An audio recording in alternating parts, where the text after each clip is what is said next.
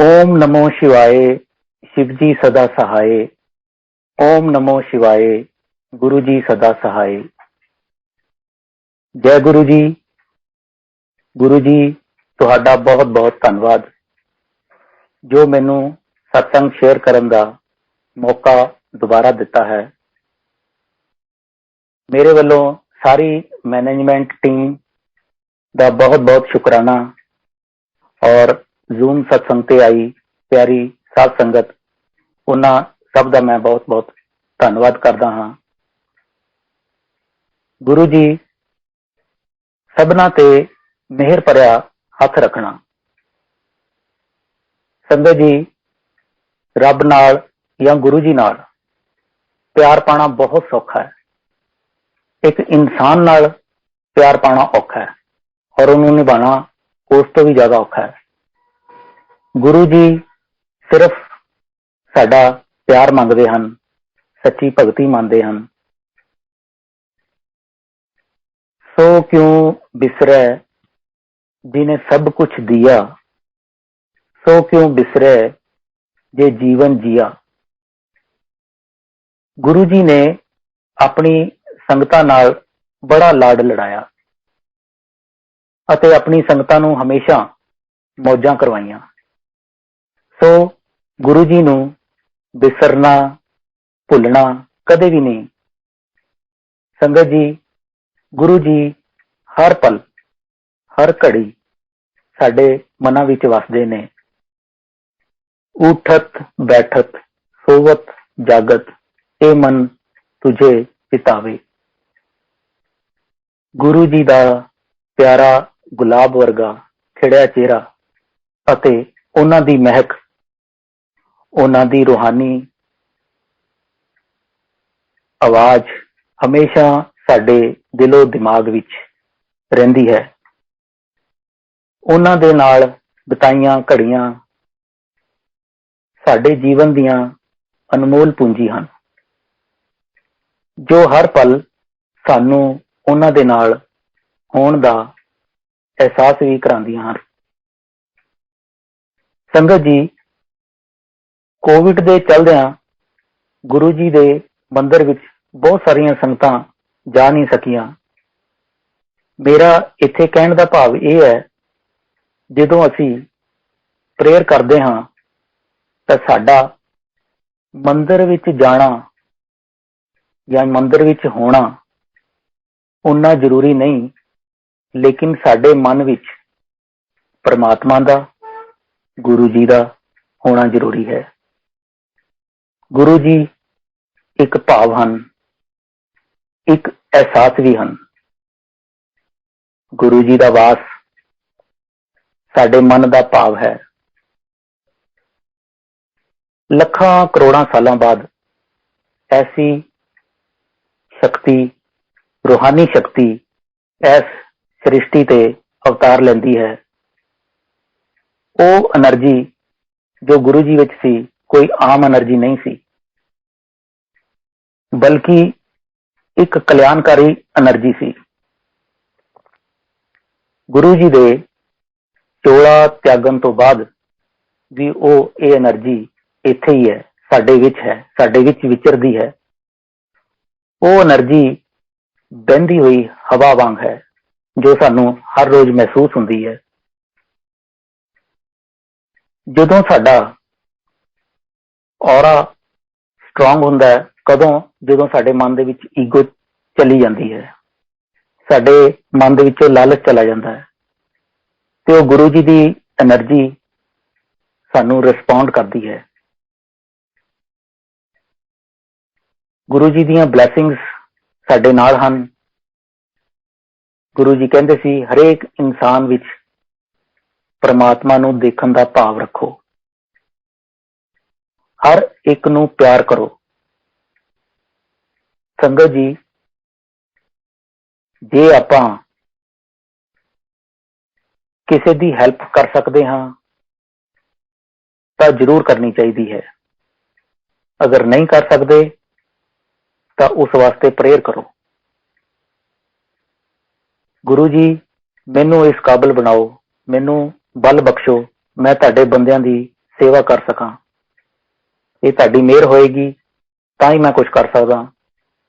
ਜਦੋਂ ਸਾਡੇ ਮਨ ਵਿੱਚ ਈਗੋ ਜਾਂ ਲਾਲਚ ਆ ਜਾਂਦਾ ਹੈ ਤਾਂ ਇਹ ਰੂਹਾਨੀ ਭਾਵ ਜੋ ਗੁਰੂ ਜੀ ਦਾ ਹੈ ਇਹ ਵੀ ਆਪਣੇ ਆਪ ਸਾਡੇ ਤੋਂ ਬਹੁਤ ਦੂਰ ਚਲਾ ਜਾਂਦਾ ਹੈ। ਸੰਗਤ ਜੀ, ਹੁਣ ਮੈਂ ਗੁਰੂ ਜੀ ਨਾਲ ਜਦੋਂ ਪਹਿਲੀ ਮੁਲਾਕਾਤ ਹੋਈ ਸੀ 1985 ਦੇ ਵਿੱਚ, ਗੁਰੂ ਜੀ ਜਲੰਧਰ ਵਿੱਚ ਪਹਿਲੀ ਵਾਰ ਸਾਡੇ ਘਰ ਆਏ। ਡੈਡੀ ਦੇ ਫਰੈਂਡ ਸੀਗੇ, ਉਹਨਾਂ ਨਾਲ ਆਏ। ਗੁਰੂ ਜੀ ਨੇ white shirt, white pant, white shoes ਪਾਏ ਹੋਏ ਸੀਗੇ। ਬਹੁਤ ਸੋਹਣੇ ਲੱਗ ਰਹੇ ਸੀਗੇ, ਬੜੇ ਹੈਂਡਸਮ ਲੱਗ ਰਹੇ ਸੀਗੇ। ਗੁਰੂ ਜੀ ਡਰਾਇੰਗ ਰੂਮ ਦੇ ਵਿੱਚ ਆ ਕੇ ਬੈਠੇ, ਪਾਣੀ ਪੀਤਾ ਤੇ ਥੋੜੀ ਦੇਰ ਬਾਅਦ ਚਲੇ ਗਏ। ਵਕਤ ਬੀਤਦਾ ਗਿਆ, ਕਈ ਮਹੀਨੇ ਲੰਘ ਗਏ। ਨਾ ਤਾਂ ਉਹ ਅੰਕਲ ਜੀ ਦਾ ਫੋਨ ਆਇਆ ਕਿ ਗੁਰੂ ਜੀ ਆਏ ਸੀ, ਆਪਾਂ ਉਹਨਾਂ ਵੱਲ ਜਾਣਾ ਹੈ, ਤੇ ਨਾ ਹੀ ਫਾਦਰ ਸਾਹਿਬ ਨੇ ਕਿਹਾ ਕਿ ਗੁਰੂ ਜੀ ਕੋਲ ਮਿਲ ਕੇ ਆਣਾ ਹੈ। ਕਾਫੀ ਮਹੀਨਿਆਂ ਬਾਅਦ ਫਾਦਰ ਸਾਹਿਬ ਨੂੰ ਦੁਪਹਿਰੇ 3 ਵਜੇ ਗੁਰੂ ਜੀ ਦਾ ਸੁਪਨਾ ਆਉਂਦਾ। ਗੁਰੂ ਜੀ ਡ੍ਰੀਮ ਚ ਆਉਂਦੇ ਹੈ। ਫਾਦਰ ਸਾਹਿਬ ਮੈਨੂੰ ਕਹਿੰਦੇ ਹੈ, ਗੁਰੂ ਜੀ ਕਿਸੇ ਅੰਕਲ ਦੇ ਘਰ ਠਹਿਰੇ ਹੋਏ ਹੈ, ਜਾ ਕੇ ਪਤਾ ਕਰਕੇ ਆ ਔਰ ਟਾਈਮ ਲੈ ਕੇ ਆਣਾ, ਗੁਰੂ ਜੀ ਤੋਂ ਮਿਲਣਾ ਹੈ। ਮੈਂ ਸਕੂਟਰ ਤੇ ਗਿਆ ਗੁਰੂ ਜੀ ਦੇ ਘਰ, ਸ਼ੂਜ਼ ਉਤਾਰੇ, ਦਰਵਾਜ਼ਾ ਖੋਲਿਆ। ਅੱਗੇ ਰਮਾ ਬਹਿਲ ਆਂਟੀ ਬੈਠੇ ਸੀਗੇ। ਮੈਂ ਉਹਨਾਂ ਨੂੰ ਪੁੱਛਿਆ, ਗੁਰੂ ਜੀ ਨੂੰ ਮਿਲਣਾ ਹੈ। ਆਂਟੀ ਨੇ ਕਿਹਾ, ਗੁਰੂ ਜੀ ਆਪਣੇ ਰੂਮ 'ਚ ਹੈ, ਤੁਸੀਂ ਬੈਠੋ। ਮੈਂ ਬਾਹਰ ਬੈਠ ਕੇ ਗੁਰੂ ਜੀ ਦੀ ਵੇਟ ਕਰਨ ਲੱਗ ਪਿਆ। ਥੋੜੀ ਦੇਰ ਬਾਅਦ ਗੁਰੂ ਜੀ ਆਪਣੇ ਰੂਮ 'ਚੋਂ ਬਾਹਰ ਆਉਂਦੇ ਹੈ। ਮੈਂ ਉਹਨਾਂ ਦੇ ਪੈਰੀ ਹੱਥ ਲਗਾਏ ਔਰ ਫਾਦਰ ਸਾਹਿਬ ਦਾ ਜੋ ਮੈਸੇਜ ਸੀਗਾ ਉਹ ਗੁਰੂ ਜੀ ਨੂੰ ਦੱਸਿਆ। ਤੇ ਗੁਰੂ ਜੀ ਨੇ ਕਿਹਾ ਕਿ ਉਹਨਾਂ ਨੂੰ ਕਹੋ ਹੁਣੇ ਆ ਜਾਓ। ਮੈਂ ਫਾਦਰ ਸਾਹਿਬ ਨੂੰ ਸਕੂਟਰ ਤੇ ਬਿਠਾ ਕੇ ਗੁਰੂ ਜੀ ਕੋਲ ਲਿਆਇਆ। ਗੁਰੂ ਜੀ ਸਾਨੂੰ ਆਪਣੇ ਕਮਰੇ ਵਿੱਚ ਲੈ ਗਏ ਤੇ ਮੈਂ ਤੇ ਮੇਰੇ ਫਾਦਰ ਸਾਹਿਬ ਗੁਰੂ ਜੀ ਦੇ ਚਰਨਾਂ ਵਿੱਚ ਬੈਠ ਗਏ। ਗੁਰੂ ਜੀ ਨੇ ਕਾਫੀ ਗੱਲਾਂ ਕੀਤੀਆਂ। ਉਦੋਂ ਉਹਨਾਂ ਨੇ ਫਾਦਰ ਸਾਹਿਬ ਨੂੰ ਦੱਸਿਆ ਕਿ ਮੇਰੇ ਪੈਰ ਵਿੱਚ ਪਦਮ ਹੈ ਤੇ ਮੈਂ ਗੁਰੂ ਜੀ ਦੇ ਪੈਰਾਂ ਵੱਲ ਵੇਖਣ ਲੱਗ ਪਿਆ। ਮੇਰੀ ਉਮਰ ਉਦੋਂ ਛੋਟੀ ਸੀ, ਮੈਨੂੰ ਇਸ ਚੀਜ਼ ਦਾ ਸਮਝ ਨਹੀਂ ਸੀ ਕਿ ਸਾਹਮਣੇ ਪਰਮਾਤਮਾ ਬੈਠੇ ਹਨ।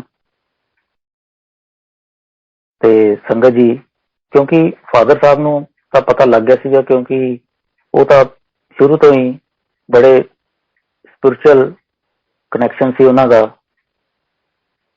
1917 ਤੋਂ ਹੀ ਆਟੋਬਾਇਓਗ੍ਰਾਫੀ ਆਫ ਯੋਗੀ ਪੜ੍ਹਦੇ ਸੀਗੇ, ਸਾਨੂੰ ਵੀ ਸਟੋਰੀਆਂ ਸੁਣਾਉਂਦੇ ਸੀਗੇ ਤੇ ਉਹਨਾਂ ਦਾ ਅਧਿਆਤਮਿਕ ਰੱਬ ਵੱਲ ਬਹੁਤ ਧਿਆਨ ਸੀਗਾ। ਸੰਗਤ ਜੀ, ਗੁਰੂ ਜੀ ਕੋਲ ਅਸੀਂ ਜਾਣ ਲੱਗ ਪਏ ਤਾਂ ਗੁਰੂ ਜੀ ਫਾਦਰ ਸਾਹਿਬ ਨੂੰ ਕਹਿੰਦੇ ਹੈ, ਤੇਰੇ ਨਾਲ ਤਾਂ ਮੇਰਾ ਕੋਈ ਪੁਰਾਣਾ ਰਿਸ਼ਤਾ ਹੈ। ਹੁਣ ਸੰਗਤ ਜੀ, ਗੁਰੂ ਜੀ ਨੇ ਤਾਂ ਇਹ ਗੱਲ ਕਹਿਤੀ, ਗੁਰੂ ਜੀ ਨੂੰ ਤਾਂ ਪਤਾ ਸੀ ਔਰ ਹੁਣ ਇਸ ਨੂੰ ਕਨੈਕਟ ਕਿੱਦਾਂ ਕਰੀਏ। ਮੈਂ 1985 ਤੋਂ 9 ਸਾਲ ਪਿੱਛੇ ਜਾਣਾ ਚਾਹੁੰਦਾ। 1977 ਦੀ ਗੱਲ ਹੈ। ਮੇਰੇ ਫਾਦਰ ਸਾਹਿਬ ਆਫਿਸ ਚੋਂ ਲੰਚ ਕਰਨ ਘਰ ਆਉਂਦੇ ਹੈ। ਕਿਚਨ ਦੇ ਬਾਹਰ ਓਪਨ ਦੇ ਵਿੱਚ ਟੇਬਲ ਲੱਗਿਆ ਹੈ ਤੇ ਉਹਨਾਂ ਦਾ ਖਾਣਾ ਵੀ ਉੱਥੇ ਹੀ ਲੱਗਿਆ ਹੈ। ਜਦੋਂ ਫਾਦਰ ਸਾਹਿਬ ਖਾਣਾ ਖਾਣ ਲੱਗਦੇ ਹੈ ਤੇ ਸਾਹਮਣੇ ਇੱਕ ਛੋਟਾ ਗੇਟ ਹੈ, ਉਸ ਦੇ ਅੰਦਰ ਇੱਕ ਬਾਬਾ ਜੀ ਆਉਂਦੇ ਹੈ ਔਰ ਜਦੋਂ ਮੇਰੇ ਫਾਦਰ ਸਾਹਿਬ ਉਹਨਾਂ ਨੂੰ ਦੇਖਦੇ ਹੈ ਤੇ ਉਹਨਾਂ ਦੇ ਭਾਵ ਚੇਂਜ ਹੋਣ ਲੱਗਦੇ ਹੈ ਕਿ ਇਹ ਮੈਨੂੰ ਕੋਈ ਆਰਡੀਨਰੀ ਸੋਲ ਨਹੀਂ ਲੱਗਦੀ। ਮਨ 'ਚ ਸੋਚ ਰਹੇ ਹੈ, ਖੜੇ ਹੋ ਜਾਂਦੇ ਹੈ ਔਰ ਉਹ ਬਾਬਾ ਜੀ ਆ ਕੇ ਕਹਿੰਦੇ ਹੈ, 2 ਰੋਟੀਆਂ मिलणगियां। तो मेरे फादर साहब उन्हां कोल जांदे है, कहंदे 2 रोटियां क्यों, तुसी प्रॉपर खाना खाओ। संगत जी, वो ਜਿਹੜੇ बाबा जी ਸੀਗੇ, शख्स ਸੀ, ਉਹਨਾਂ ਦੇ ਘੁੰਗਰਾਲੇ ਬਾਲ ਸੀਗੇ, फेयर ਕੰਪਲੈਕਸ਼ਨ ਸੀ, ਸ਼ਾਰਪ ਫੀਚਰ ਸੀ, ਉਹਨਾਂ ਨੇ ਸਫेद ਕੁੜਤਾ ਪਜਾਮਾ ਪਾਇਆ ਹੋਇਆ ਸੀਗਾ ਤੇ ਅੰਗੂਠੇ ਵਾਲੀ ਚੱਪਲ ਪਾਈ ਸੀ। ਚਿਹਰੇ ਤੇ ਬੜਾ ਨੂਰ ਸੀ ਕਿ ਕੋਈ ਇਹ ਰੋਟੀ ਲੈਣ ਵਾਲੇ ਤਾਂ ਹੈ ਨਹੀਂ। ਇਹ ਮਨ ਚ ਭਾਵ ਮੇਰੇ ਫਾਦਰ ਸਾਹਿਬ ਦੇ ਚੱਲ ਰਹੇ ਹੈ। ਸੰਗਤ ਜੀ, परमात्मा की जिस ते कृपा हुंदी है, मेहर हुंदी है, ब्लैसिंग्स हुंदी है, ते रब उसनूं उस तरह की अख भी दे दिंदा है पहचानण वास्ते कि मैं तेरे अगे खड़ा, पहचान लै। नहीं तो संगत जी 2 रोटियां दे के ये भी कह सकते सीगे, अच्छा बाबा जी जाओ। नहीं, हुण मेरे मदर नूं फादर साहब ने कहा, इन्हां वास्ते नवीं प्लेट लगाओ और इन्हां नूं खाना मैं सर्व करूंगा। संगत जी, उन्हां नूं मेरे फादर साहब खाना खुआण लगे, मेरे मदर खाना बना रहे हैं। संगत जी, वो खाना खाई जा रहे हैं, खांदे खांदे आटा खत्म हो जाता है तो दोबारा आटा गुनना पैंदा है। वो होर खाना खा रहे हैं, फिर खांदे खांदे संगत जी सब्जी खत्म हो जाती है और फादर साहब कहते जी सब्जी तो खत्म हो गई। कहते होर की है? कहते जी अंब का अचार है। कहते ले आओ। अंब का अचार ले आंदा, उहदे नाल भी रोटी खा ली। होर की है? कहते जी गुड़ है। फिर गुड़ नाल भी रोटी खाई। उस तो बाद उन्हां दी जिवें कहिए कि खा के तृप्ति हो गई, बड़े खुश होए। ते मेरे फादर साहब के मन दे विच एक डिजायर आई कि उन्होंने जाके कहा कि मेरी इच्छा जहर पीती कि तुसी हर रोज इत्थे ही खाना खाण आया करो, होर ना किते जाया करो। ते उन्होंने एक अपनी उंगल आकाश वल कीती ते कहण लगे जो परमात्मा नूं मंजूर होवेगा। संगत जी, वो गेट तो बाहर चले गए। फादर साहब नूं उस वेले कोई गल याद आई तो गेट तो बाहर देखण लगे तो वो गेट दे बाहर है नहीं सीगे। उस तो बाद सेवादार खड़ा सीगा, उसनूं साइकिल से भेजा कि जाके देख, अगे ब्लाइंड मोड सी कि जाके देख के आओ, उत्थे जा रहे उन्हें बुलाना। संगत जी, विद इन सैकेंड जिवें वो वैनिश ही हो गई। वो 15 मिनट तक आया ही नहीं। कहंदे जी मैं तो सारा शहर देख लिया, मैंने तो किते मिले नहीं। वो नहीं मिले। असीं अगले दिन वेट करते रहे कि क्या सीगा कि सारा इत्थे आके खाना खाओ, पर संगत जी वो नहीं आए। तो संगत जी उस तो बाद 1977 तो बाद अब 85 च गुरु जी मिलते हैं। अब हुण गुरु जी एक दिन घर आते हैं, आवाज लगाते, दोपहर का टाइम है। माया आंटी आवाज लगाते है और किचन वाल चल पेंदे है। मम्मी नूं भी जदों आवाज सुनती है किचन चों बाहर आते है, गुरु जी नूं देखते है, गुरु जी दे पैरी हथ लगाते है। माया आंटी की कर रहे हो? कि गुरु जी मैं तो सब्जी बना रही हूँ। गल्लां करदे करदे किचन च चले जाते हैं। किहड़ी सब्जी बना रहे हो? आलू की सब्जी है। मम्मी नूं कहंदे मैनूं बड़ी भुख लगी है। मम्मी कहंदे है कि गुरु जी तुसी ड्राइंग रूम च बैठो, सब्जी बन जाती है। हुण मम्मी ने तो दसना नहीं सीगा। गुरु जी कहंदे कोई रोटी पई है? मम्मी ने कहा गुरु जी पईयां तो है 2 रोटियां, लेकिन रात दी हैं, बासी हैं। गुरु जी कहते कोई गल नहीं, मैनू बासी रोटी खा लूंगा। ते गुरु जी वास्ते रोटी कढ़ी। मम्मी ने फिर कहा उन्होंने कि गुरु जी मैं गर्म कर दिनी है। कहते नहीं, गर्म भी नहीं करनी, ठंडी रोटी खाऊंगा। ते संगत जी फिर मेरी सिस्टर प्लेट लैके आईयां, वो प्लेट लैन तो भी मना करता। अपनी हथेली ते ही उन्होंने रोटी रख ली। संगत जी मम्मी नूं कहंदे है कि आंटी आ जिहड़ा सब्जी वाला मसाला है ये मैनूं इस रोटी ते रख दो।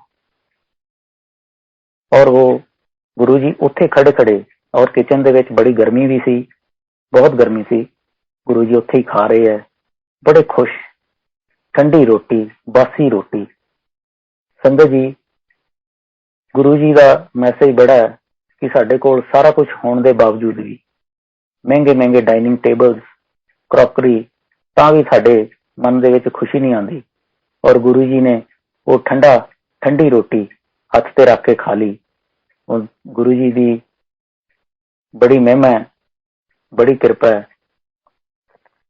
संगत जी उत्थे खड़े खड़े जो खाना खा रहे सीगे, गुरु जी दे वो जो सब्जी सी, मसाला सी, वो गुरु जी की वाइट शर्ट ते गिर गया।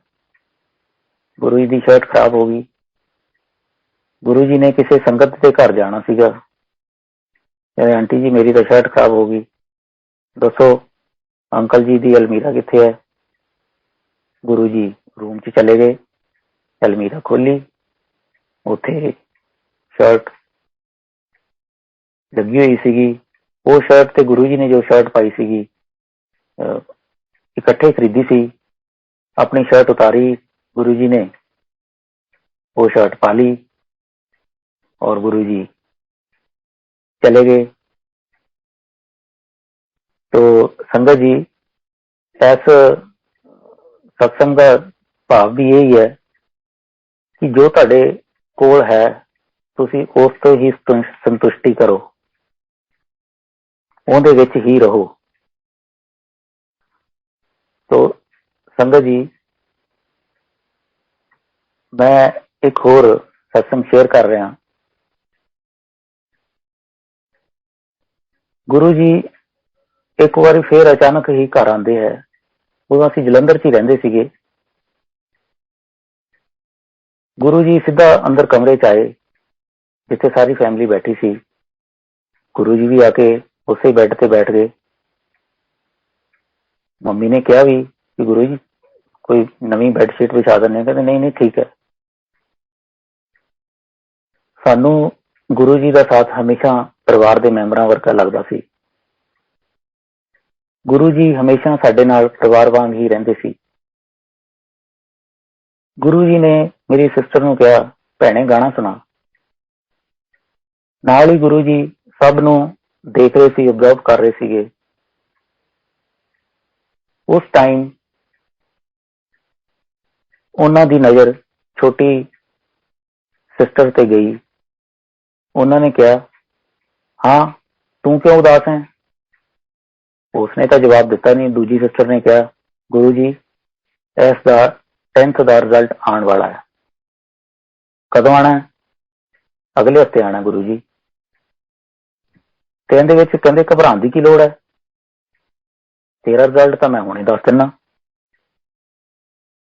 जा कापी पेंसिल लेके आ। कॉपी पेंसिल आ गई। गुरु जी ने कॉपी ते 79.5 लिखा। कहते इन्ने नंबर आने, खुश है। कहते हाँ जी गुरु जी। ते जिहड़ी उदास सी उसे नूं कहा जा किचन चों पानी का गिलास लेके आ। वो गिलास पानी का भर लिया। गुरु जी ने उन्होंने फिर वापस भेजा। कहते नहीं इसनों हाफ करके लेके आ। गुरु जी जो गुरु जी नूं वो गिलास दिता हाफ, ते संगत जी गुरु जी उस विच देख के बहुत जोर जोर दी हसे। इहो जिहा रूप शायद असी भी नहीं सी देखिया पहला। ते उस तो बाद गुरु जी ने उसनूं कहा लै प्रसाद। जदों उसने गिलास फड़िया तो देखा ते हैरान रह गई और बड़ी खुश हुई, क्योंकि गिलास दे विच पानी नहीं सी, गिलास दे विच रोज पैटल सीगे, फुल ऑफ फ्रैगनेंस, रोज पैटल नाल भरिया होया सीगा। गुरु जी ने प्रसाद दिता। गुरु जी का शुकराना। अज भी किरपा पूरी बरस रही है। थैंक यू गुरु जी, इन्ना प्यार देने लई, सानू अपने नाल जोड़न लई। थैंक यू सो मच गुरु जी। संगत जी,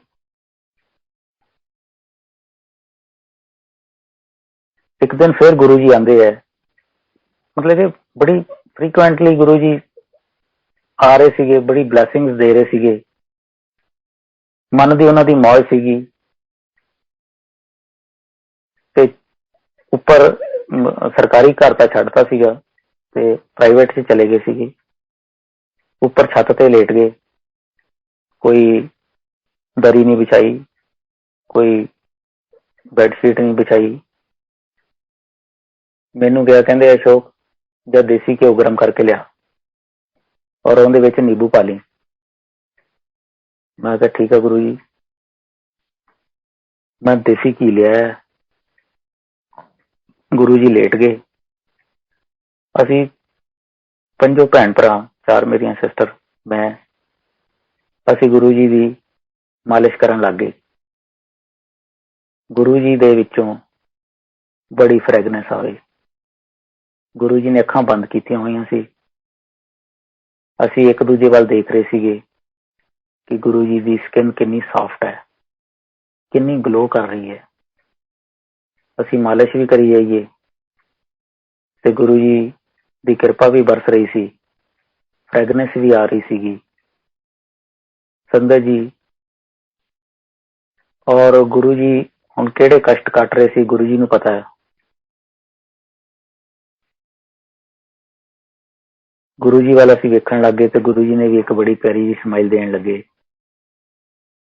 संगत जी, सारिਆਂ ਨੂੰ बड़ा गुरु जी ने ब्लैस किया। पंजों भैन भरावां ਨੂੰ एक एक बेटा, सारिਆਂ ਨੂੰ ब्लैस किया।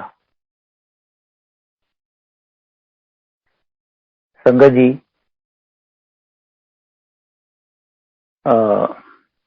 गुरु जी दे नाल इन्ना कनैक्शन सी।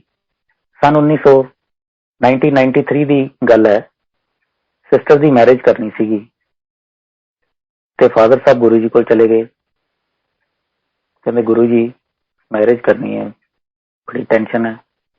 तो गुरु जी ने इको गल की, इको वर्ड बोलिया, फिक्र ना कर, चिंता ना कर, मैं हाँ। संगत जी, इस वर्ड दे विच इन्नी पावर है कि तुहाडे मन दे विच, तुहाडे अंदर जिन्नियां भी चिंतावां वो गुरु जी सारियां अपनी झोली विच पा लैंदे सीगे, तुहानूं फ्री कर दिंदे सीगे। और संगत जी, और हर पल गुरु जी गाइड करते सीगे, घबरा ना।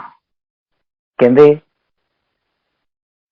भैन वास्ते जो फर्नीचर परचेज करना है वो लुधियाने तो नहीं लेना, वो जलंधर तो लेना। और संगत जी, गुरु जी ने आप ही परचेज किया और ऐसा परचेज करके दिता जो छोटे मंदिर दे विच गुरु जी का आसन है जिसते गुरु जी बैठते हैं, रेड कलर की वेलवेट दा सोफा है, सेम टू सेम गुरु जी ने ओहो जिहा बनवा के घर भिजवाया। जो सिस्टर शादी तो बाद गुरु जी को मत्था टेकन गए तो कहन लगे गुरु जी सोफा बहुत सोहना है। तो गुरु जी हसन लग पे, कहते वेख्या गुरु जी की चॉइस। ते बड़ी बड़ी ब्लैसिंग्स दित्तियां। और संगत जी, ब्लैसिंग्स इत्थे ही नहीं खत्म हो जांदियां। जदों सिस्टर की डिलीवरी होनी सी, गुरु जी आप हॉस्पिटल पहुंच गए। डॉक्टर तो कहते सर्जेरियन करना, गुरु जी कहते नहीं नॉर्मल होएगा। तो संगत जी, गुरु जी ने बेटा ब्लैस किया। इस तरह गुरु जी हर पल हर संग साडे नाल, संगतां नाल खड़े रहिंदे सीगे, अपने आप नूं कष्ट पा के और संगतां दे कष्ट दूर करते सीगे। संगत जी, एक मैं होर सत्संग शेयर करांगा। ਗੁਰੂ ਜੀ ਦਾ ਇੱਕ ਦਿਨ ਮੈਸੇਜ ਆਉਂਦਾ ਹੈ ਡੈਡੀ ਨੂੰ, ਕਹਿੰਦੇ ਕਿ ਮੇਰਾ ਅੱਜ ਤਬੀਅਤ ਠੀਕ ਨਹੀਂ ਹੈ। ਅਸ਼ੋਕ ਨੂੰ ਕਹਿਣਾ ਕਿ ਅੱਜ ਰਾਤ ਮੇਰੇ ਕੋਲ ਹੀ ਰਹਿ ਜਾਊਗਾ, ਮੇਰੇ ਕੋਲ ਸੋ ਜਾਊਗਾ। ਇਹ ਛੋਟੇ ਮੰਦਰ ਦੀ ਗੱਲ ਹੈ। ਸੰਗਤ ਜੀ, ਮੈਂ ਖਾਣਾ ਖਾ ਕੇ ਛੋਟੇ ਮੰਦਰ ਚਲਾ ਗਿਆ। ਉਸ ਦਿਨ ਅੰਦਰ ਕੋਈ ਸੰਗਤ ਨਹੀਂ ਸੀਗੀ। ਮੈਂ ਦਰਵਾਜ਼ਾ ਖੋਲਿਆ, ਗੁਰੂ ਜੀ ਆਪਣੇ ਲਿਵਿੰਗ ਰੂਮ 'ਚ ਨਹੀਂ ਸੀਗੇ। ਗੁਰੂ ਜੀ ਉੱਥੇ ਲੇਟੇ ਹੋਏ ਸੀਗੇ ਜਿੱਥੇ ਉਹ ਸੰਗਤਾਂ ਨੂੰ ਠੀਕ ਕਰਦੇ ਸੀਗੇ, ਜਿਨ੍ਹਾਂ ਨੂੰ ਉਹ ਕਹਿੰਦੇ ਸੀਗੇ ਕਿ ਆਪਰੇਸ਼ਨ ਥੀਏਟਰ। ਔਰ ਨੀਚੇ ਗੱਦਾ ਵਿਛਾਇਆ ਹੋਇਆ ਸੀਗਾ, ਗੁਰੂ ਜੀ ਲੇਟੇ ਹੋਏ ਸੀਗੇ। ਮੈਂ ਗੁਰੂ ਜੀ ਨੂੰ ਪ੍ਰਣਾਮ ਕੀਤਾ। ਮੈਂ ਕਿਹਾ, ਗੁਰੂ ਜੀ ਕੀ ਗੱਲ ਹੋ ਗਈ? ਗੁਰੂ ਜੀ ਕਹਿੰਦੇ, ਦੇਖੀ ਹੱਥ ਲਾ ਕੇ। ਮੈਂ ਗੁਰੂ ਜੀ ਦਾ ਬਾਂਹ ਫੜੀ ਤੇ ਮੈਂ ਗੁਰੂ ਜੀ ਨੂੰ ਕਿਹਾ, ਗੁਰੂ ਜੀ ਗਰਮ ਗਰਮ ਲੱਗਦਾ। ਫਿਰ ਮੈਂ ਕਿਹਾ, ਜੀ ਗੁਰੂ ਜੀ ਮੈਂ ਆਨਾ। ਮੈਂ ਘਰ ਗਿਆ ਸੰਗਤ ਜੀ, ਮੈਂ ਆਪਣਾ ਥਰਮਾਮੀਟਰ ਲੈ ਕੇ ਆਇਆ ਔਰ ਆ ਕੇ ਗੁਰੂ ਜੀ ਨੂੰ ਜਦੋਂ ਚੈੱਕ ਕੀਤਾ ਤੇ 102 ਟੈਂਪਰੇਚਰ ਸੀ ਗੁਰੂ ਜੀ ਦੇ। ਮੈਂ ਗੁਰੂ ਜੀ ਨੂੰ ਕਿਹਾ, ਕਿਉਂਕਿ ਭੋਲਾ ਸੀਗਾ, ਪਤਾ ਨਹੀਂ ਸੀਗਾ, ਗੁਰੂ ਜੀ ਤਾਂ ਆਪ ਜਾਨੀ ਜਾਨ ਹੈ। ਮੈਂ ਕਿਹਾ, ਜੀ ਡਾਕਟਰ ਨੂੰ ਬੁਲਾਵਾਂ? ਤੇ ਮੈਨੂੰ ਕਿਹਾ, ਨਹੀਂ, ਕੋਈ ਡਾਕਟਰ ਨੂੰ ਬੁਲਾਉਣ ਦੀ ਲੋੜ ਨਹੀਂ। ਹੁਣ ਮੈਨੂੰ ਕੀ ਪਤਾ ਕਿ ਗੁਰੂ ਜੀ ਤਾਂ ਆਪ ਡਾਕਟਰਾਂ ਨੂੰ ਠੀਕ ਕਰਦੇ ਆ। ਸੰਗਤ ਜੀ, ਮੈਂ ਮੈਡੀਸਨ ਲੈਣ ਚਲਾ ਗਿਆ, ਮੈਡੀਸਨ ਲਿਆ। ਮੈਂ ਗੁਰੂ ਜੀ ਲੇਟੇ ਹੋਏ ਸੀਗੇ, ਪਿੱਛੇ ਹੱਥ ਦੇ ਕੇ ਪਿੱਠ ਤੇ। ਮੈਂ ਗੁਰੂ ਜੀ ਨੂੰ ਬਿਠਾਇਆ। ਮੈਂ, ਗੁਰੂ ਜੀ ਮੈਡੀਸਨ ਲੈ ਲਓ।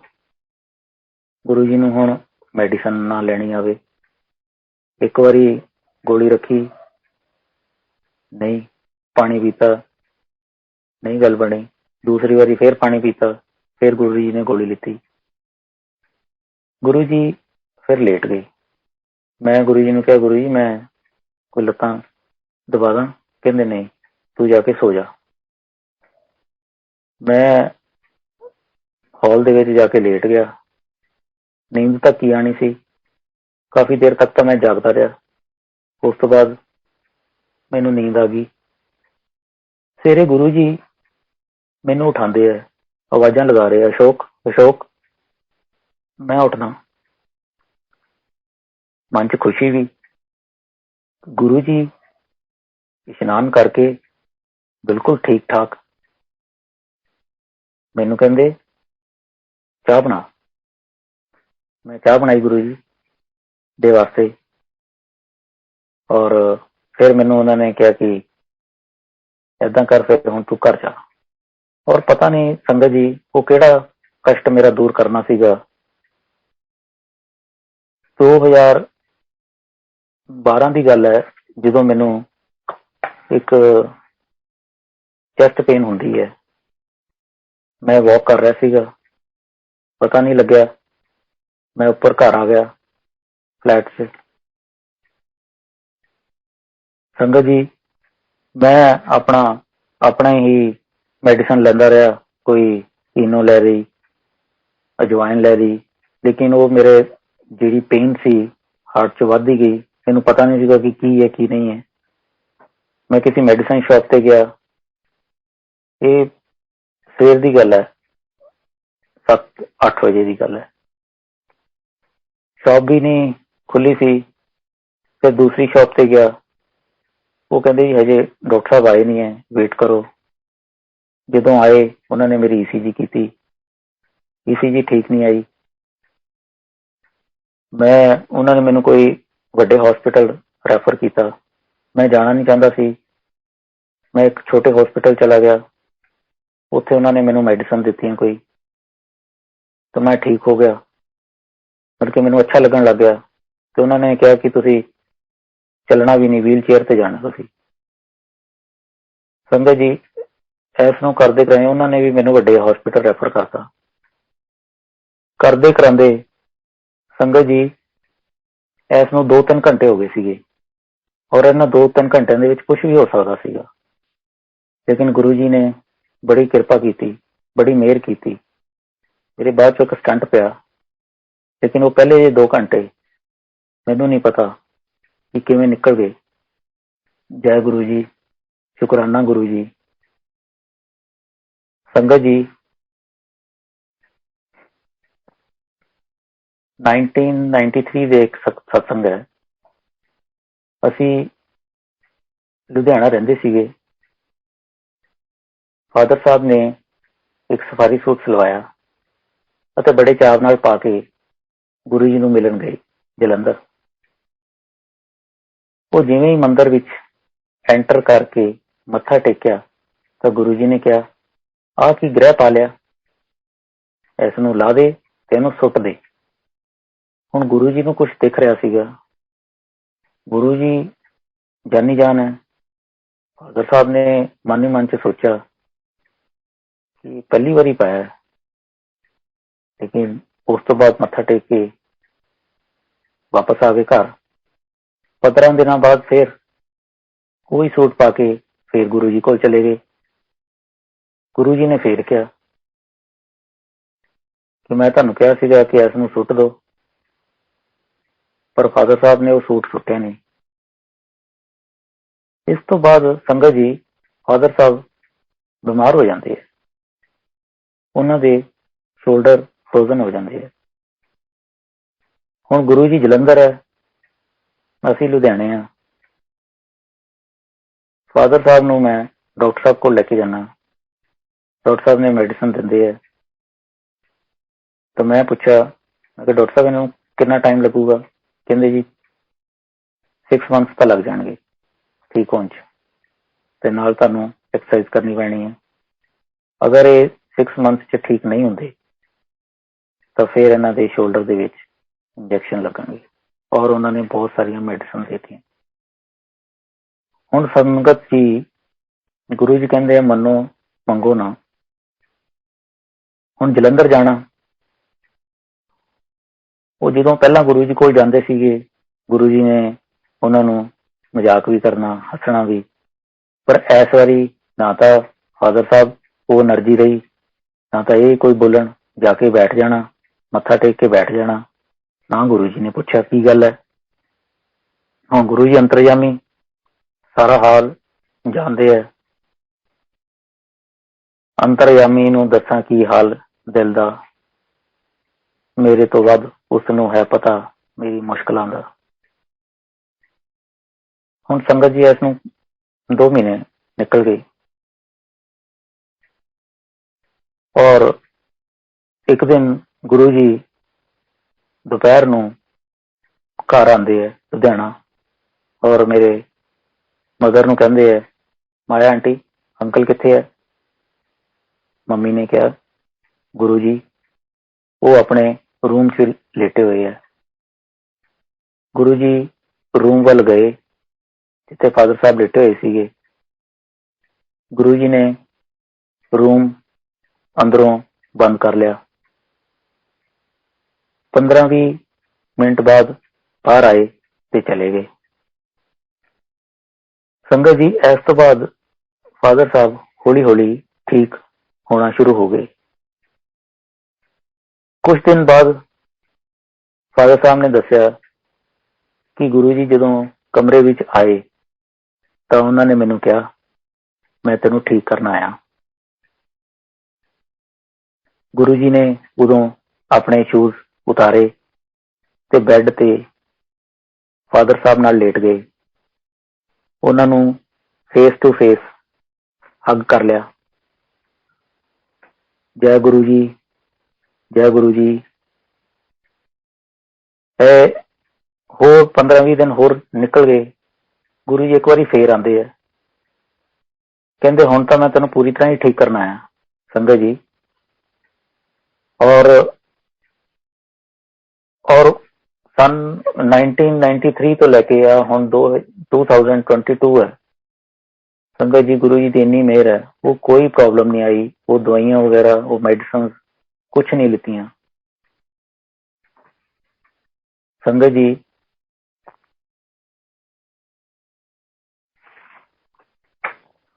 ਲਾਸਟ ਈਅਰ ਮੇਰੀ ਆਂਟੀ ਦਾ ਸਤਸੰਗ ਹੈ।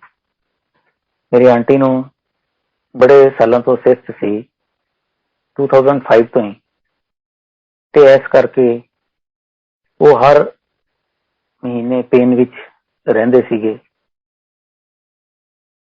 ਬਹੁਤ ਦਰਦ ਹੋਣਾ, ਬਹੁਤ ਪੇਨ ਕਿਲਰ ਖਾਣੀਆਂ, ਲੇਕਿਨ ਕੋਈ ਆਰਾਮ ਨਹੀਂ ਆਉਂਦਾ ਸੀ। 2005 ਤੋਂ ਲੈ ਕੇ 2021 ਤੱਕ ਸਿਸਟ ਦੀ ਪੇਨ ਉਹਨਾਂ ਨੇ ਬਹੁਤ ਸਹੀ। ਮੈਂ ਉਹਨਾਂ ਨੂੰ ਕਈ ਵਾਰੀ ਕਹਿਣਾ ਕਿ ਗੁਰੂ ਜੀ ਨੂੰ ਪ੍ਰੇਅਰ ਕਰਿਆ ਕਰੋ, ਤੁਹਾਡਾ ਦਰਦ ਖਤਮ ਹੋ ਜਾਵੇਗਾ। ਤੇ ਉਹਨਾਂ ਨੇ ਮੈਨੂੰ ਇਹੀ ਕਿਹਾ ਕਿ ਗੁਰੂ ਜੀ ਤੋਂ ਮੰਗੋ ਨਹੀਂ, ਮੰਨੋ। ਗੁਰੂ ਜੀ ਨੇ ਮੈਨੂੰ ਇਸ ਦਰਦ ਵਿੱਚੋਂ ਕੱਢਣਾ ਹੋਵੇਗਾ ਤਾਂ ਆਪ ਹੀ ਕੱਢ ਲੈਣਗੇ। ਬਸ ਉਦੋਂ ਤੱਕ ਅਰਦਾਸ ਕਰੋ ਕਿ ਮੈਨੂੰ ਦਰਦ ਸਹਿਣ ਦਾ ਬਲ ਬਖਸ਼ੋ ਗੁਰੂ ਜੀ। ਜੁਲਾਈ 2021 ਦੇ ਵਿੱਚ ਮੇਰੀ ਆਂਟੀ ਨੂੰ ਗੁਰੂ ਜੀ ਦਾ ਡ੍ਰੀਮ ਆਉਂਦਾ ਹੈ। ਗੁਰੂ ਜੀ ਸੁਪਨੇ ਚ ਆਉਂਦੇ ਹੈ, ਮੇਰੀ ਆਂਟੀ ਅੱਗੇ ਆਪਣੇ ਚਰਨ ਕਰਕੇ ਉਹਨਾਂ ਨੂੰ ਦਬਾਉਣ ਨੂੰ ਕਹਿੰਦੇ ਨੇ। ਆਂਟੀ ਗੁਰੂ ਜੀ ਦੇ ਚਰਨ ਦਬਾ ਰਹੇ ਹੁੰਦੇ ਹਨ ਤੇ ਗੁਰੂ ਜੀ ਮੁਸਕਰਾ ਰਹੇ ਹੁੰਦੇ ਹਨ। ਸਵੇਰੇ ਉੱਠ ਕੇ ਆਂਟੀ ਨੇ ਇਹ ਡ੍ਰੀਮ ਮੈਨੂੰ ਸੁਣਾਇਆ। ਸੰਗਤ ਜੀ, ਤੁਸੀਂ ਵਿਸ਼ਵਾਸ ਨਹੀਂ ਕਰੋਗੇ, ਉਸ ਤੋਂ ਬਾਅਦ ਮੇਰੀ ਆਂਟੀ ਨੂੰ ਕੋਈ ਸਿਸਟ ਦਾ ਦਰਦ ਨਹੀਂ ਹੋਇਆ। ਸ਼ੁਕਰਾਨਾ ਗੁਰੂ ਜੀ, ਲੱਖ ਲੱਖ ਸ਼ੁਕਰਾਨਾ। ਗੁਰੂ ਜੀ ਤੁਹਾਡਾ ਮਿਹਰ ਭਰਿਆ ਹੱਥ ਸਾਡੇ ਤੇ ਤਾਂ ਹੈ ਹੀ, ਸਾਰੀ ਸੰਗਤਾਂ ਤੇ ਏਦਾਂ ਹੀ ਬਣਿਆ ਰਵੇ। ਸੰਗਤ ਜੀ, ਗੁਰੂ ਜੀ ਈਗੋ ਦੇ ਬਾਰੇ ਬਹੁਤ ਸਾਰੀਆਂ ਸੰਗਤਾਂ ਨੂੰ ਕਹਿੰਦੇ ਸੀ ਕਿ ਆਪਣੇ ਈਗੋ ਜੁੱਤੀਆਂ ਨਾਲ ਬਾਹਰ ਛੱਡ ਕੇ ਆਇਆ ਕਰੋ। ਈਗੋ ਸਾਡੀ ਲਾਈਫ ਦੀ ਹੈਪੀਨੈਸ ਦੇ ਵਿੱਚ ਬਹੁਤ ਵੱਡੀ ਹਰਡਲ ਹੈ। ਇਨਸਾਨ ਈਗੋ ਦੀ ਸੈਲਫ ਕ੍ਰੀਏਟਡ ਵਾਲ ਆਪਣੇ ਚਾਰੇ ਪਾਸੇ ਬਣਾ ਲੈਂਦਾ ਹੈ ਔਰ ਉਸ ਚਾਰ ਦੀਵਾਰੀ ਦੇ ਵਿੱਚ ਸਾਰੀ ਲਾਈਫ ਗੁਜ਼ਾਰ ਦਿੰਦਾ ਹੈ। ਔਰ ਗੁਰੂ ਜੀ ਕਹਿੰਦੇ ਸੀ ਕਿ ਇਸ ਈਗੋ ਦੀ ਦੀਵਾਰ ਨੂੰ ਬ੍ਰੇਕ ਕਰਕੇ ਮੇਰੇ ਕੋਲ ਆਓ। ਔਰ ਗੁਰੂ ਜੀ ਕਹਿੰਦੇ ਸੀ ਕਿ ਈਗੋ ਪੈਸੇ ਦੀ ਹੋਵੇ ਜਾਂ ਕੋਈ ਵੱਡੀ ਪੋਸਟ ਦੀ ਹੋਵੇ, ਦੋਨੋਂ ਚੰਗੀਆਂ ਨਹੀਂ, ਮਾੜੀਆਂ ਹਨ। ਇਨਸਾਨ ਨੂੰ ਇਨਸਾਨ ਸਮਝੋ। ਜੈ ਗੁਰੂ ਜੀ। ਗੁਰੂ ਜੀ ਸਾਡੇ ਤੋਂ ਕੀ ਮੰਗਦੇ ਹਨ? ਸਿਰਫ ਪਿਆਰ ਤੇ ਸੱਚੀ ਭਗਤੀ। ਸੰਗਤ ਜੀ, ਜਦੋਂ ਅਸੀਂ ਸਵੇਰੇ ਉੱਠਦੇ ਹਾਂ ਤੇ ਗੁਰੂ ਜੀ ਦਾ ਸ਼ੁਕਰਾਨਾ ਕਰਦੇ ਹਾਂ ਕਿ ਗੁਰੂ ਜੀ ਸਾਨੂੰ ਇੱਕ ਦਿਨ ਹੋਰ ਦਿੱਤਾ ਤੁਹਾਡੇ ਦਰਸ਼ਨ ਕਰਨ ਦਾ। ਗੁਰੂ ਜੀ, ਤੁਸੀਂ ਸਾਨੂੰ ਇੱਕ ਦਿਨ ਹੋਰ ਦਿੱਤਾ ਤੁਹਾਨੂੰ ਪਿਆਰ ਕਰਨ ਦਾ। ਇੱਕ ਦਿਨ ਹੋਰ ਦਿੱਤਾ ਗੁਰੂ ਜੀ ਦੀਆਂ ਬਲੈਸਿੰਗ ਲੈਣ ਵਾਸਤੇ। ਇੱਕ ਦਿਨ ਹੋਰ ਦਿੱਤਾ ਗੁਰੂ ਜੀ ਦਾ ਸਤਸੰਗ ਸੁਣਨ ਲਈ। ਕਿਉਂਕਿ ਸੰਗਤ ਜੀ, ਜਿਹੜੀ ਲਾਈਫ ਦੀ ਜਰਨੀ ਹੈ ਇਹ ਹੌਲੀ ਹੌਲੀ ਆਪਣੀ ਡੈਸਟੀਨੇਸ਼ਨ ਵੱਲ ਤਾਂ ਵੱਧ ਹੀ ਰਹੀ ਹੈ। ਔਰ ਇਸ ਜਰਨੀ ਦੇ ਵਿੱਚ ਅਸੀਂ ਇਸ ਨੂੰ ਕਿਵੇਂ ਹੈਪੀਨੈਸ ਬਣਾ ਸਕਦੇ ਹਾਂ, ਕਿਸੇ ਅਸੀਂ ਟੈਨਸ਼ਨ ਫ੍ਰੀ ਹੋ ਸਕਦੇ ਹਾਂ, ਕਿਵੇਂ ਮਾਈਂਡ ਦੇ ਵਿੱਚ ਪੀਸ ਆਫ ਮਾਈਂਡ ਆ ਸਕਦਾ ਹੈ।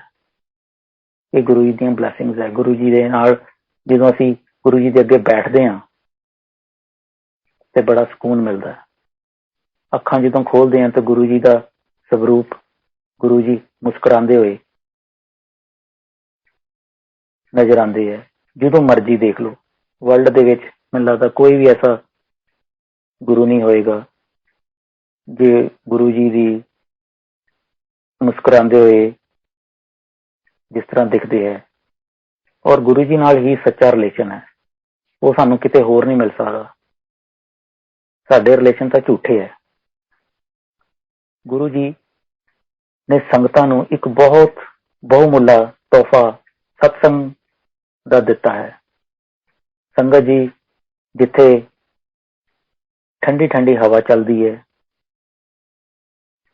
ਸ਼ਬਦ ਗਾਏ ਜਾਂਦੇ ਹਨ, ਲੰਗਰ ਪ੍ਰਸ਼ਾਦ ਮਿਲਦਾ ਹੈ, ਬਸ ਅਸੀਂ ਅੱਖਾਂ ਬੰਦ ਕਰਕੇ ਗੁਰੂ ਜੀ ਦਾ ਧਿਆਨ ਕਰਨਾ ਹੈ, ਗੁਰੂ ਜੀ ਨੂੰ ਯਾਦ ਕਰਨਾ ਹੈ, ਗੁਰੂ ਜੀ ਦੀਆਂ ਬਲੈਸਿੰਗਸ ਲੈਣੀਆਂ ਹਨ। ਜਦੋਂ ਸੰਗਤ ਜੀ ਅਸੀਂ ਸ਼ਬਦ ਸੁਣਦੇ ਹਾਂ, ਉਸ ਵਕਤ ਸਾਡਾ ਗੁਰੂ ਜੀ ਨਾਲ ਡਾਇਰੈਕਟ ਕਨੈਕਸ਼ਨ ਲੱਗਦਾ ਹੈ, ਕਿਉਂਕਿ ਸ਼ਬਦ ਇੱਕ ਗੁਰੂ ਜੀ ਨੂੰ ਜੋੜਨ ਦਾ ਇੱਕ ਮੀਡੀਅਮ ਹੈ। ਔਰ ਗੁਰੂ ਜੀ ਕਹਿੰਦੇ ਸੀਗੇ ਕਿ ਇੱਥੇ ਆ ਕੇ ਸ਼ਬਦ ਸੁਣੋ, ਤੁਹਾਨੂੰ ਆਪਣੇ ਸਵਾਲਾਂ ਦੇ ਸਾਰੇ ਜਵਾਬ ਇਹਨਾਂ ਸ਼ਬਦਾਂ 'ਚ ਹੀ ਮਿਲ ਜਾਣਗੇ। ਔਰ ਸੰਗਤ ਜੀ, ਸਾਨੂੰ ਵੀ ਆਪਣਾ ਜਿਹੜਾ ਥਾਟ ਹੈ, ਆਪਣੇ ਭਾਵ ਹੈ, ਇਹ ਵੀ ਬਦਲਣੇ ਚਾਹੀਦੇ ਹੈ। ਈਗੋ ਛੱਡ ਦੇਣੀ ਚਾਹੀਦੀ ਹੈ, ਲਾਲਚ ਛੱਡ ਦੇਣਾ ਚਾਹੀਦਾ ਹੈ, ਗਰੀਡ ਛੱਡ ਦੇਣੀ ਚਾਹੀਦੀ ਹੈ। ਇਹ ਟੈਂਪਰਰੀ ਹੈ। ਗੁਰੂ ਜੀ ਕਹਿੰਦੇ ਸੀ ਇਹ ਟੈਂਪਰਰੀ ਹੈ। ਸਹੀ ਸਾਥ ਤਾਂ ਗੁਰੂ ਜੀ ਦਾ ਹੈ। ਔਰ ਸੰਗਤ ਜੀ, ਜੋ ਗੁਰੂ ਜੀ ਦਾ ਜਿਹੜੀ ਮਿਹਰ ਹੈ, ਉਹ ਜਦੋਂ ਹੁੰਦੀ ਹੈ ਤੇ ਤੁਹਾਡੇ ਵੀ ਭਾਵ ਚੇਂਜ ਹੋ ਜਾਂਦੇ ਹੈ। ਔਰ ਮੈਂ ਇਸ ਤੇ ਇੱਕ ਸਤਸੰਗ ਸ਼ੇਅਰ ਕਰਦਾ। 1989 ਜਾਂ 90 ਦੀ ਘਟਨਾ ਹੈ। ਫਾਦਰ ਸਾਹਿਬ ਦੀ ਟ੍ਰਾਂਸਫਰ ਜਲੰਧਰ ਤੋਂ ਅੰਮ੍ਰਿਤਸਰ ਹੋ ਗਈ। ਫਾਦਰ ਸਾਹਿਬ ਨੇ ਗੁਰੂ ਜੀ ਨੂੰ ਕਿਹਾ ਕਿ ਗੁਰੂ ਜੀ ਇੱਕ ਹਾਊਸ ਰੈਂਟ ਤੇ ਲੈ ਦਿਓ। ਗੁਰੂ ਜੀ ਨੇ ਹਾਊਸ ਲੈ ਦਿੱਤਾ, ਪਰ ਉਹ ਵਿਦਆਊਟ ਰੈਂਟ ਸੀ। ਜਿਨ੍ਹਾਂ ਦਾ ਹਾਊਸ ਸੀ ਉਹ ਵੀ ਗੁਰੂ ਜੀ ਦੇ ਫਾਲੋਅਰ ਸੀ। ਸੰਗਤ ਜੀ, ਜਦੋਂ ਅਸੀਂ ਗੁਰੂ ਜੀ ਦੇ ਨਾਲ ਰਹਿੰਦੇ ਹਾਂ ਤਾਂ ਉਸ ਵਕਤ ਸਾਡੇ ਭਾਵ ਚੇਂਜ ਹੁੰਦੇ ਹਨ। ਸਾਡੇ ਅੰਦਰ ਜਿਹੜੀ ਸਾਡੀ ਆਤਮਾ ਹੈ, ਉਹ ਪਿਓਰਿਟੀ ਵੱਲ ਜਾਂਦੀ ਹੈ। ਇਹ ਭਾਵ ਉਸ ਪ੍ਰਮਾਤਮਾ ਗੁਰੂ ਜੀ ਦੀਆਂ ਬਲੈਸਿੰਗ ਤੋਂ ਬਿਨਾਂ ਨਹੀਂ ਆ ਸਕਦੇ। ਗੁਰੂ ਜੀ ਦੀ ਮਿਹਰ ਹੁੰਦੀ ਹੈ ਤਾਂ ਹੀ ਤੁਸੀਂ ਕਿਸੇ ਦੀ ਮਦਦ ਕਰ ਸਕਦੇ ਹੋ, ਕਿਉਂਕਿ ਤੁਹਾਡੇ ਥਰੂ ਗੁਰੂ ਜੀ ਨੇ ਕੁਝ ਕਰਵਾਉਣਾ ਹੁੰਦਾ ਹੈ। ਸੰਗਤ ਜੀ, ਜਿਨ੍ਹਾਂ ਦੇ ਘਰ ਅਸੀਂ ਰਹਿ ਰਹੇ ਸੀ, ਉਹਨਾਂ ਦਾ ਨਾਮ ਸੀ ਸਰਜੀਵਨ ਰਾਮ। ਉਹਨਾਂ ਦੀ ਜਲੰਧਰ ਵਿੱਚ ਪ੍ਰਿੰਟਿੰਗ ਪ੍ਰੈਸ ਸੀ। ਇੱਕ ਦਿਨ ਉਹ ਬਿਮਾਰ ਹੋ ਜਾਂਦੇ ਹੈ। ਸੰਗਤ ਜੀ, ਮੈਨੂੰ ਫਾਦਰ ਸਾਹਿਬ ਕਹਿੰਦੇ ਹੈ ਕਿ ਅਸ਼ੋਕ, ਸਰਜੀਵਨ ਅੰਕਲ ਦਾ ਪਤਾ ਲੈ ਕੇ ਆਈਏ। ਅਸੀਂ ਅੰਕਲ ਦੇ ਘਰ ਚਲੇ ਗਏ। ਔਰ ਸੰਗਤ ਜੀ, ਜਦੋਂ ਵੀ ਆਪਾਂ ਕੋਈ ਵੀ ਕੰਮ ਕਰਨਾ ਹੁੰਦਾ, ਉਹਦੇ ਪਿੱਛੇ ਗੁਰੂ ਜੀ ਦੀਆਂ ਬਲੈਸਿੰਗਸ ਕੰਮ ਕਰ ਰਹੀਆਂ ਹੁੰਦੀਆਂ। ਕੋਈ ਫੋਰਸ ਕੰਮ ਕਰ ਰਹੀ ਹੈ ਜਿਹੜੀ ਤੁਹਾਡੇ ਤੋਂ ਕਰਵਾਉਂਦੀ ਹੈ। ਫਾਦਰ ਸਾਹਿਬ ਨੇ ਸਰਜੀਵਨ ਅੰਕਲ ਦੀ ਆਂਟੀ ਨੂੰ ਕਿਹਾ ਕਿ ਮੈਂ ਦੁਆ ਕਰਦਾ ਹਾਂ ਅੰਕਲ ਜੀ ਦੀ ਉਮਰ ਵੱਧ ਜਾਵੇ, ਚਾਹੇ 5 ਸਾਲ ਮੇਰੇ ਬੇਟੇ ਦੀ ਉਮਰ ਘਟ ਜਾਵੇ। ਇਹ ਉਮਰ ਘੱਟ ਹੋਣੀ ਜਾਂ ਜ਼ਿਆਦਾ ਹੋਣੀ, ਇਹ ਤਾਂ ਗੁਰੂ ਜੀ ਦੇ ਹੱਥ ਹੈ। ਸੰਗਤ ਜੀ, ਦੁਆ ਅਸੀਂ ਆਪਣੇ ਲਈ ਨਹੀਂ, ਕਿਸੇ ਵਾਸਤੇ ਕਰੀਏ ਤਾਂ ਗੁਰੂ ਜੀ ਉਸ ਦੁਆ ਨੂੰ ਬੜੀ ਜਲਦੀ ਕਬੂਲ ਕਰਦੇ ਹਨ। ਜੈ ਗੁਰੂ ਜੀ, ਸ਼ੁਕਰਾਨਾ ਗੁਰੂ ਜੀ।